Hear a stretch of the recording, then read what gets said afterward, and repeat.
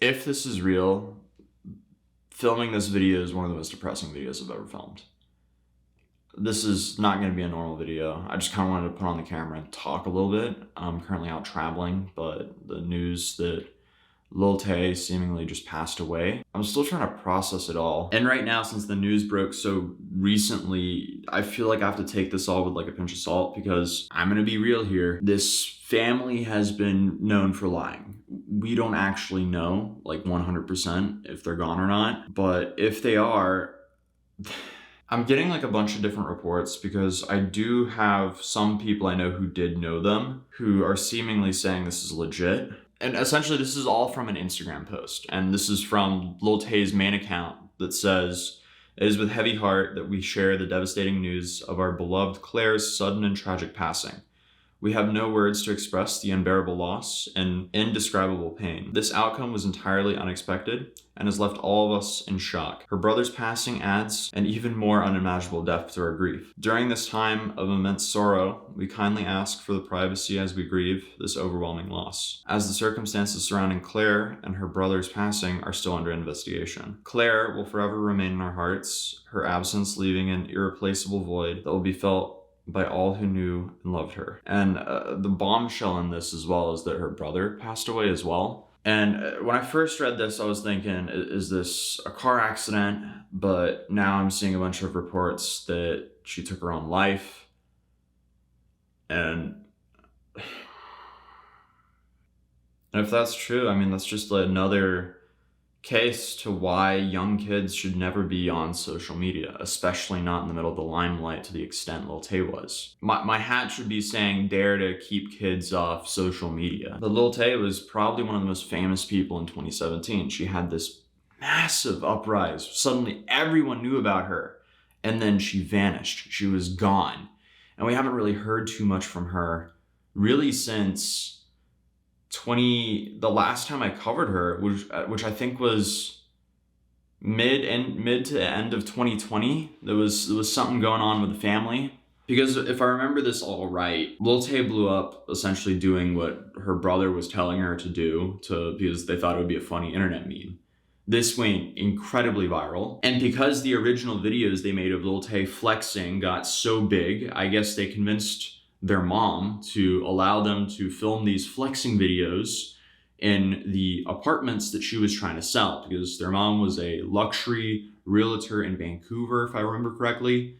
And then she even flexed her mom's boss's car for one of these videos. And this really hits home for me as well, because me covering this back then, that really gave me a career. Like, that my big break on YouTube was covering Lil Tay. So this is why I'm literally sitting on a floor in a closet right now talking about this, because I don't really have friends that could be like, yo, Lil Tay died, and they'll be like, who's Lil Tay?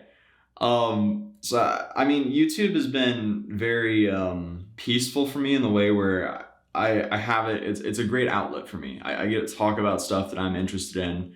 Obviously, just stupid stuff on the internet is what I love. I love sharing that with you guys. It's just very unfortunate when stuff like this happens, because I don't know her at all, but I'm really sad, because like, not only because it's like a tragic story that a young girl like blew up on the internet, became famous overnight, then tragically lost her life before her life really begun. But also because of her stupid antics, that also gave me a career, which has also given me a fulfilling life and given me the opportunity to take care of my loved ones. And that was my first really big break. I'm sorry this video is so ranty. I just kind of wanted to put up the camera and talk to it. But if we continue down the Lil Tay lore that I know, things went sour when they went to LA. When they went to LA, that's when the brother and Lil Tay started socializing with people a 13-year-old shouldn't be around. Like, there was so many of these instances of like her smoking and that kind of stuff for like I don't know. It's not a place for a 13-year-old to be in. And of course, this got the attention of the biological father, and there was some court drama there where the biological father managed to regain custody of Lil Tay, taking Lil Tay away from her brother and her mother. Now, according to this Lil Tay Instagram account, we've heard multiple times that Lil Tay did not want to be there and she was, again, essentially there against her will. But now in recent times, they've kind of been teasing that she wants to come back to the internet, which is why this is very shocking news. I was expecting her to just suddenly come back and then you have a very similar Lil Tay that we once saw back in 2017. I think the most recent thing we heard from someone in the Lil Tay sphere was Vicky went on to Ricegum's podcast and actually said that Lil Tay wanted to talk to Ricegum on stream. I've been trying to interview Vicky for a while now because obviously I want to talk about her whole career, but I'm also very interested on learning more about how the people around Lil Tay were, like what that situation was kind of like. But Vicky's definitely not the easiest person to interview because she's been saying yes to this interview for almost a year now, and it still hasn't happened. So hey, who knows? Maybe in the future we'll get that to happen. And the other massive thing there is that Lil Tay's brother is no longer with us either right now, which, I don't know, both of them passing away this quickly makes me... My knee-jerk reaction, knowing their past and how they love lying for attention on the internet, I'm hoping this is some sort of sick and twisted hoax. But also, would they really joke about that? Would they really use this for attention? But I mean, for all we know, it could have been a bad car accident. It's just really early in the news cycle. Nothing's been 100% confirmed yet. But when something is confirmed, I'll probably make a follow-up video about everything. Okay, so since I recorded the previous segment, something else just dropped, and this is really weird. So a guy named Ishan Gol, he's kind of known for being a behind-the-scenes guy in the YouTube industry. He knows a lot of people.